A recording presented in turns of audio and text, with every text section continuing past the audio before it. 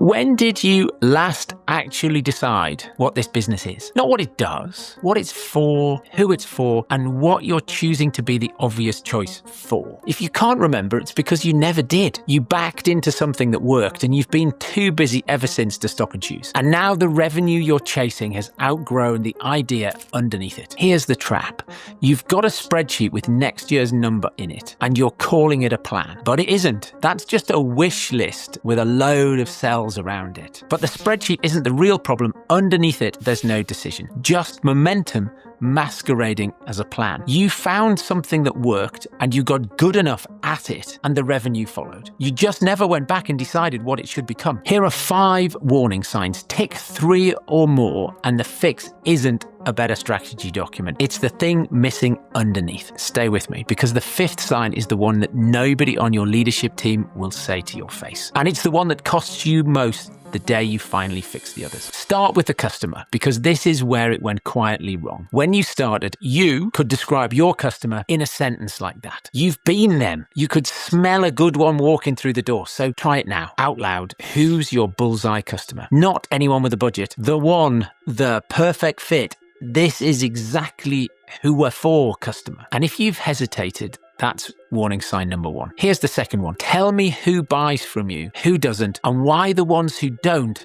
pick a competitor instead. If you can't answer that cleanly, that's warning sign number 2. Now, you think doubling means hundreds of new logos. Let me show you why it doesn't. When I was at Pier 1, the business I took past $200 million, we had 12,500 customers. I split them into 3 chunks by the support load they generated. And at the top were only 500. 500 out of 12,500. And those 500 were 60% of our revenue. The top 500 were growing 4% a month every month. The bottom 11,000 were shrinking by 1%. So when we set the target to double the business in 3 years, we didn't go hunting for 12,500 new names. We worked out that we needed 100 more of the right customers a year. 100. And that's spearfishing. It's not trawling. But none of it works if you can't name your ideal customer. If you haven't described your bullseye, your sales and marketing team are out hunting with no photo of your target. So they chase everything, close anything, and your customer base gets more random every quarter.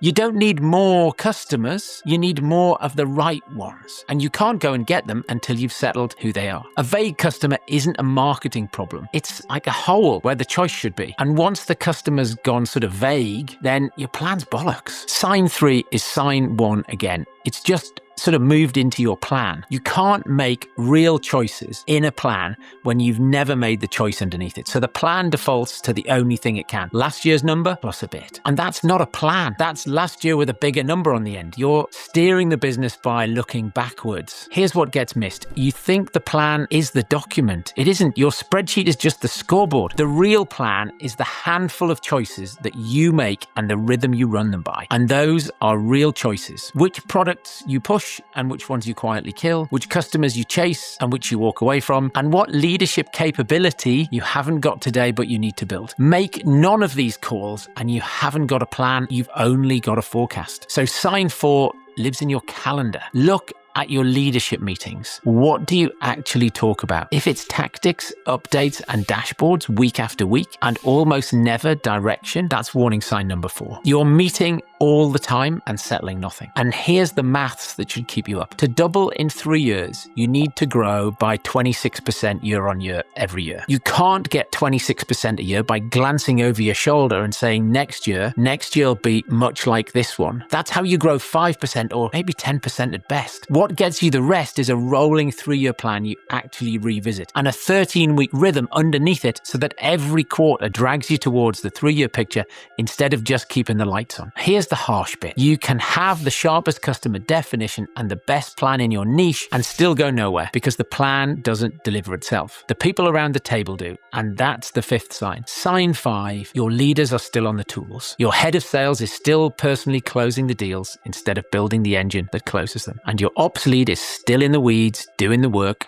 instead of building the team that does it. They're brilliant and busy and they're capped. And this is what I call the horsepower gap. The gap between the team that got you here and the team you need to get you there. The people who built you to 30 or 40 or 50 are not automatically the people who take you to 200. It's not an insult, it's just arithmetic. Let me show you what good looks like. Take Mike, one of the founders that I work with. He's grown his business from 250 people to 1,500 in the time we've worked together and won Best Place to Work 5 years running. Here's the shift that did it. He upskilled his whole leadership team. Some of the originals are, frankly, they're still here, but many got replaced with sharper operators from bigger companies. He went from heroic doer to builder of builders. Same man, different job, because the crew that got him to 250 was never going to be the crew that ran the business at 1,500. So here's your test. A leadership team owns outcomes, not activity. And a manager's job is not to get the work of the team done. A manager's job is to make themselves redundant. Every one of your leaders should have a number two who could take their job in the next 6 to 12 months. If they haven't, you're not building capacity, and it's almost never deliberate. They're not protecting their patch, and they don't think it keeps them safe. They just haven't thought about it. They still believe the job is to get the work done. So they keep doing it, and they're quietly becoming the single point of failure without ever choosing to. It's the same blind spot as the plan. They think next year's job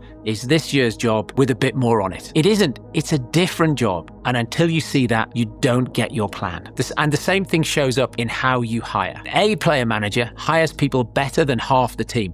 So every hire pulls the average up. Every hire either raises the bar or drops it. There is no neutral hire. So the job is simple. Raise the percentage of A players every quarter. And the bar itself has to keep rising. The mistake I see every year is a company setting next year's numbers at the same level as last year's. They have to go up. Revenue per head has to go up. Margin per head has to go up. Response times have to come down. Everything needs to get better, or relatively, you're going backwards. Which means the person who just scraped by as okay last year is going to struggle next year because the bar has risen and they need to get over it again. You hire sharper people and you raise the numbers they're measured on. Let's go back to the question you walked in with. Do you need a better strategy document? No. The real question's the one you've been avoiding since the start, which is, what is this business actually? Not what does it do, what is it for, who's it for, and what are you choosing to be the obvious choice for? If you settle those questions properly for the first time, and then brace yourself, because the day you decide what this business actually is, you'll look around the table and you'll realize something uncomfortable. The team you've got is the team for the business you backed into, not the business